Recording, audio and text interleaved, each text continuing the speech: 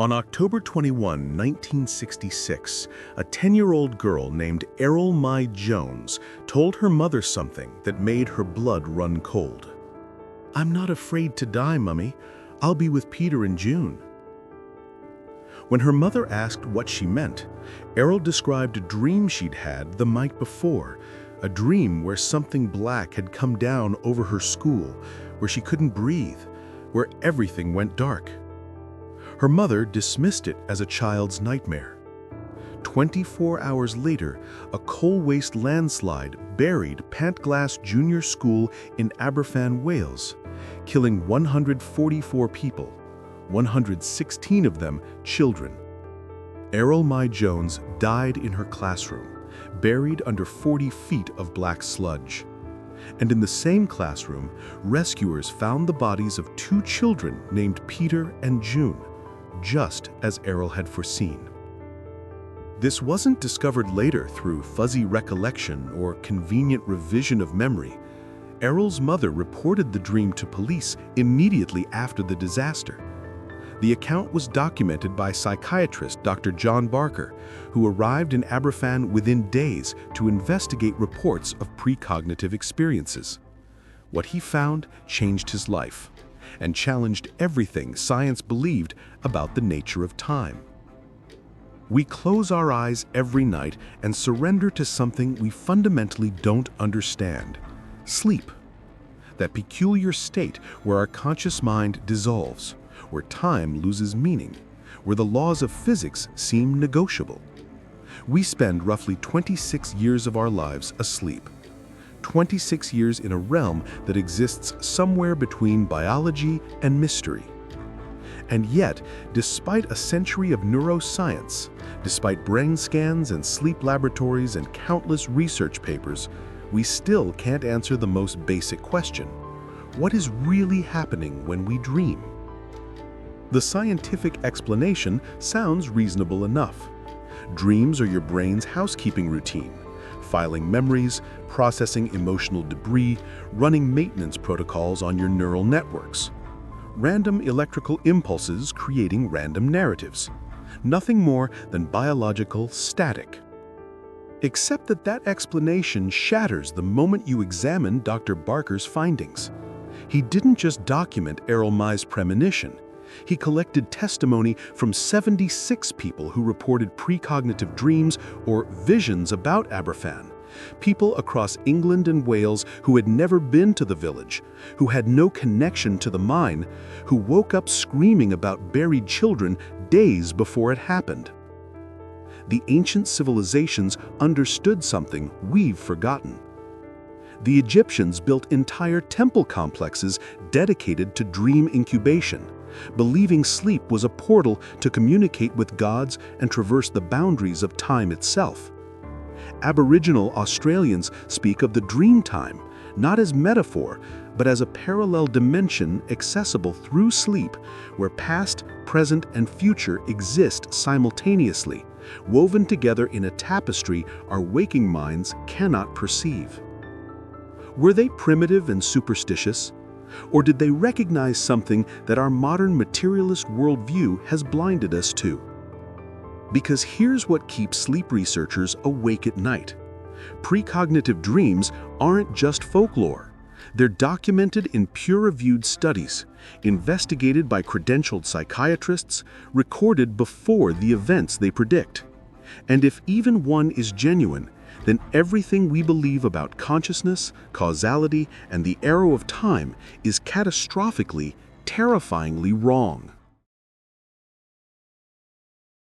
On April 14, 1865, Abraham Lincoln told his cabinet members and close friend Ward Hill Lamone about a dream that had haunted him for 3 consecutive nights, a dream so disturbing that it left him visibly shaken. In it, he walked through the White House, hearing the sound of sobbing. When he entered the East Room, he saw a catafalque with a corpse in funeral vestments, surrounded by mourners. "Who is dead in the White House?" he asked a soldier standing guard. The reply came cold and final: "The president. He was killed by an assassin." That very night, John Wilkes Booth's bullet found its mark, and Lincoln's body lay in state in that exact room, surrounded by mourners, precisely as he had dreamed. This isn't legend embellished by time. Ward Hill Lamone documented Lincoln's account in his 1895 biography, Recollections of Abraham Lincoln, a first-hand testimony that exists in historical record today.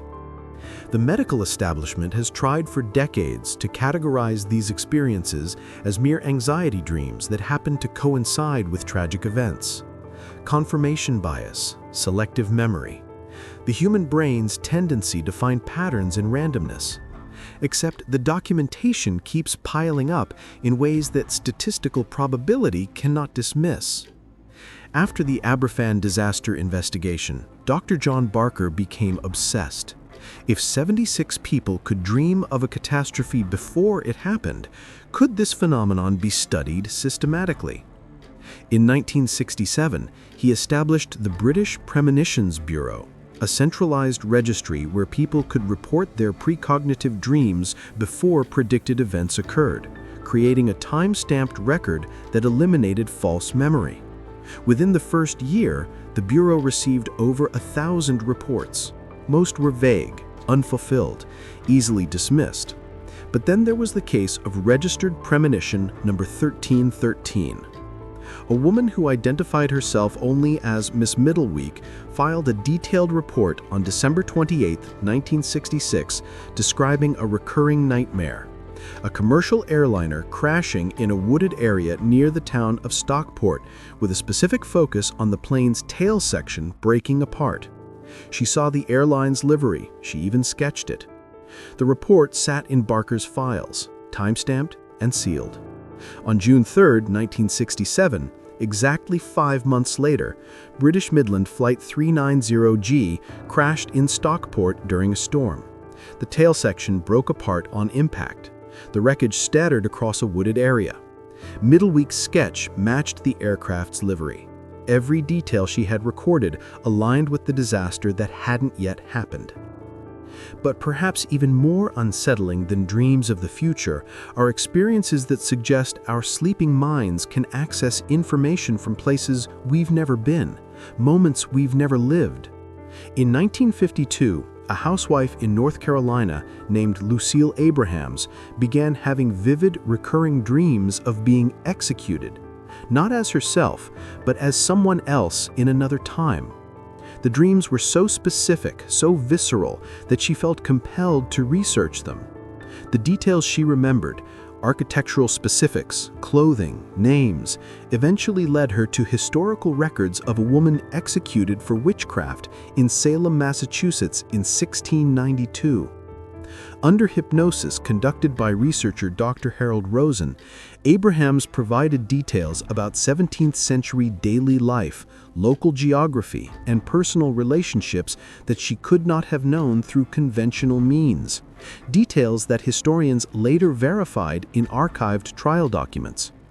The phenomenon has a name in consciousness research: cryptomnesia, hidden memory. Except calling it memory implies a past that belongs to you. What if our dreams can access pasts that don't? If you're as captivated by these mysteries as I am, subscribe to Dark Dimensions X and hit the bell, because what we're about to explore next will challenge everything you thought you knew about the boundaries between sleep and reality. In 1966, a researcher identified in study records as Dr. Van de Kassel sat in a soundproof room at Maimonides Medical Center in Brooklyn, staring at a painting he'd never seen before, Zapatistas by José Clemente Orozco, depicting Mexican revolutionaries in somber procession. In another building, completely isolated, a sleep researcher participating in the trial slept, connected to equipment measuring blood volume. At 3:47 a.m., researchers woke the sleeper during REM and asked for a dream description. The account spoke of Mexican figures, revolutionary imagery, a funeral procession through dusty terrain. The sleeper had never seen the painting. There was no knowledge of what Dr. Van de Kassel was viewing. Yet somehow, impossibly, The images had crossed the distance between their minds during sleep. This wasn't a one-time anomaly. This was trial number 47 in what would become the most rigorous investigation of dream telepathy ever undertaken. Between 1966 and 1972, Dr. Montague Ullman and Dr. Stanley Krippner at Maimonides Medical Center conducted what remains the most comprehensive study of mind-to-mind communication during sleep. The protocol was unassailable.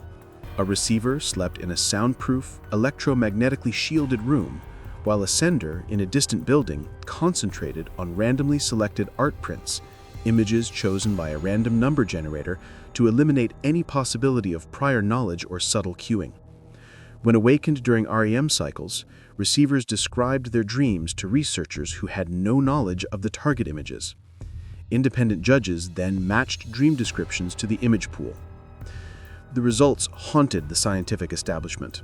Across 450 nights of controlled trials, dream content matched target images with statistical significance that made dismissal impossible. The studies were replicated at the University of Virginia, at the University of Wyoming, at facilities in Germany and Iceland. In 1994, parapsychologist Dr. Daryl Bem and statistician Professor Charles Honerton published a meta-analysis in the peer-reviewed journal Psychological Bulletin, examining 30 years of dream telepathy research. The combined probability of the results occurring by chance was less than 1 in a billion. But the mechanism remained utterly mysterious until physicists began exploring connections that sounded like science fiction. In 1971, Dr. E.D. Dean at Newark College of Engineering conducted parallel research connecting sleeping subjects to equipment measuring blood volume in their fingertips, a reliable indicator of autonomic nervous system arousal. In a separate, electromagnetically shielded room, another person concentrated on emotional images and attempted to mentally send them to the sleeper. At the exact moments the sender focused on emotionally charged images, the sleeping receiver's blood volume changed dramatically, despite no sensory connection between them. The correlation occurred at odds exceeding 500 to 1 against chance. Then, in 2015, physicist Dr. Matthew Fisher at the University of California at Santa Barbara published a paper in the Annals of Physics proposing something extraordinary: quantum entanglement, the phenomenon Einstein called spooky action at a distance, might occur within the human brain, specifically in calcium phosphate molecules called Posner clusters found in neural tissue. Fisher's calculations suggested that quantum coherence could persist for hours in warm biological systems. And quantum entanglement operates outside conventional time. Connected particles communicate instantaneously, as if temporal sequence doesn't apply. What if sleep doesn't create dreams?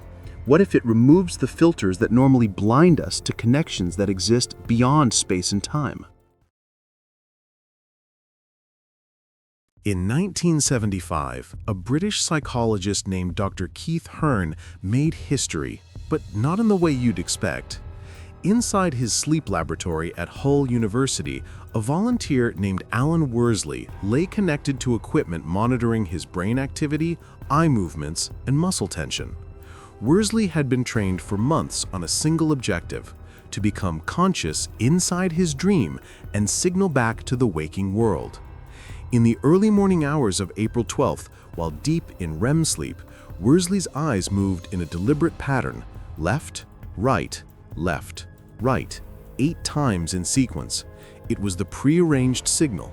For the first time in documented human history, someone had sent a message from inside a dream to the outside world. The question that haunted Hearn afterward was simple and terrifying. If consciousness could remain active during sleep, if awareness could persist in the dream state, what else was possible? The phenomenon is called lucid dreaming, and it shatters every comfortable assumption about what dreams are. Because when you're lucid, you're not watching a movie your brain is creating. You're an active participant in a space that feels as real as waking life, sometimes more real. Objects have weight, environments have coherent geography. And here's what makes neuroscientists deeply uncomfortable. Brain scans of lucid dreamers conducted by Dr. Ursula Voss in Johann Wolfgang Goethe University in 2009 show activity patterns that don't match either waking consciousness or normal dreaming. It's a third state entirely, one where areas responsible for self-awareness illuminate while you remain in REM sleep, creating a hybrid state of consciousness that shouldn't theoretically exist. But some experiences during sleep suggest something even stranger than conscious dreaming. They suggest consciousness can exist independent of the body entirely. The phenomenon is called out-of-body experience, or OBE, and it's reported by an estimated 5 to 10% of the population at least once in their lifetime. Most scientists dismiss these as vivid hallucinations, except for cases that defy every rational explanation. In 1991, a woman named Pam Reynolds underwent a rare surgical procedure at the Barrow Neurological Institute in Phoenix, Arizona, a procedure so extreme it required complete cardiac arrest and the draining of blood from her brain. For all measurable purposes, Pam Reynolds was clinically dead, with no brain activity, no heartbeat, and her body temperature lowered to 60 degrees Fahrenheit. Yet after the surgery, she described with disturbing precision the specific bone saw used to open her skull, a design she'd never seen before. She recounted conversations between surgeons that occurred while she was brain dead, verified word for word by the surgical team. She described the surgery from a vantage point above her body, noting details about equipment placement and personnel positions that she could not have seen from the operating table. Dr. Robert Spetzler, the neurosurgeon who performed the operation, later stated in recorded interviews that there was no conventional explanation for how she could have perceived these events. Her brain was not functioning, her eyes were taped shut, her ears were blocked with monitoring devices emitting loud clicks. Yet somehow, somewhere, Pam Reynolds was watching, from a place our models of consciousness insist cannot exist. In 2017, researchers at MIT's Media Lab, led by doctoral student Adam Har Horowitz, developed a device called Dormio, a wearable glove that can detect the precise moment you enter hypnagogia, that thin boundary between waking and sleep, and influence your dreams with audio prompts. In controlled studies published in the journal Consciousness and Cognition, participants using Dormio demonstrated measurable increases in creative problem solving and reported experiences that unsettled the research team. Many described a sensation of accessing information that felt like it came from outside themselves, as if the hypnagogic state opened channels to knowledge they didn't consciously possess. The solutions and insights didn't arrive through logical steps. They appeared fully formed, as if retrieved from elsewhere. Perhaps that's the most honest word we have, elsewhere, because after examining decades of rigorous documentation, Eryl Mai, dreaming of her death the night before Aberfan, Miss Middleweek's time-stamped premonition of Flight 390G filed 5 months before the crash.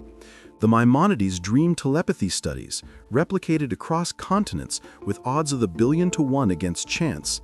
Keith Hearn's proof that consciousness persists and communicates from inside dreams. Pam Reynolds perceiving surgery with impossible accuracy while clinically brain dead. We're left with a conclusion that defies our materialist worldview, but aligns with what ancient cultures intuitively understood. Sleep is not merely rest. It is a threshold, a doorway, a nightly dissolution of the boundaries we accept as absolute during waking hours. The neuroscience is clear. During REM sleep, your brain doesn't experience time sequentially. The hippocampus, which organizes memories chronologically while awake, becomes hyperactive but disconnected from the temporal ordering systems of the prefrontal cortex. Past, present, and future become simultaneous layers rather than separate moments. Quantum physics tells us this isn't just metaphor. At the subatomic level, time isn't the arrow we perceive. It's a dimension like any other, theoretically navigable in multiple directions under the right conditions. What if those right conditions occur naturally every single night when your consciousness loosens its grip on linear causality? What if the reason precognitive dreams exist, documented, time-stamped, replicated in laboratory conditions, statistically impossible to dismiss, is because during sleep your mind briefly remembers how to perceive time the way quantum particles do, all at once, unbounded by sequence? The practical reality is this: whether dreams are literal portals to other times and dimensions, or whether they represent a phenomenon equally strange that we simply lack the framework to understand, they are the most profound mystery of human existence. You will spend 26 years of your life in this state. 26 years when the rules change, when the impossible becomes routine, when you regularly experience realities that defy physics, access information you shouldn't possess, and occasionally, if 70 years of documented scientific research is to be believed, catch glimpses of moments that haven't happened yet. Tonight, when you close your eyes and surrender to sleep, you'll cross that threshold again. Your perception of time will dissolve. And for those hours of darkness, you'll exist in a space where past, present, and future might not be separate at all, just different rooms in an infinite house. Sleep is the key that unlocks every door.